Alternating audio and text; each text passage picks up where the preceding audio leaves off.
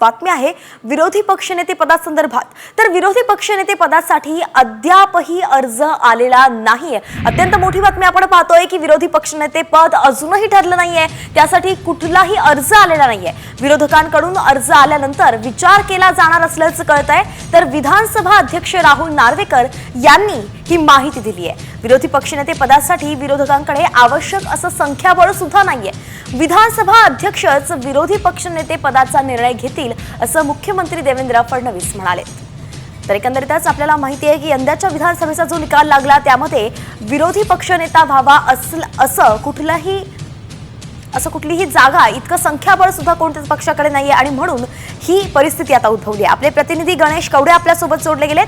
गणेश, काय सांगाल? विरोधी पक्षनेत्यासाठी अजूनही अर्ज केला गेला नाहीये, परंतु विरोधक तर पद मिळावं यासाठी आग्रही दिसत होते।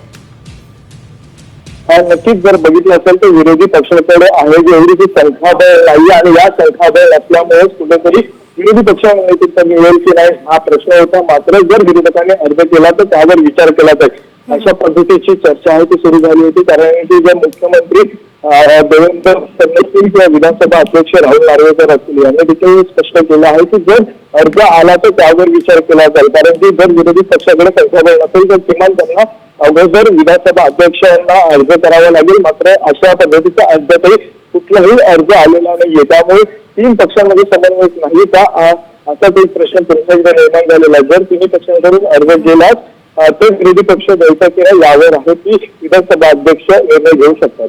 अच्छा, धन्यवाद गणेश या सविस्तर अपडेटसाठी। तर एकंदरीतच आपण पाहतोय अर्ज आल्यानंतर सर्वस्वी निर्णय हा विधानसभा अध्यक्ष राहुल नार्वेकरांचा असणार आहे। जरी संख्याबळ नसलं तरीही विरोधी पक्षनेत्यांनी असावा की नाही याचा निर्णय नार्वेकर घेतील।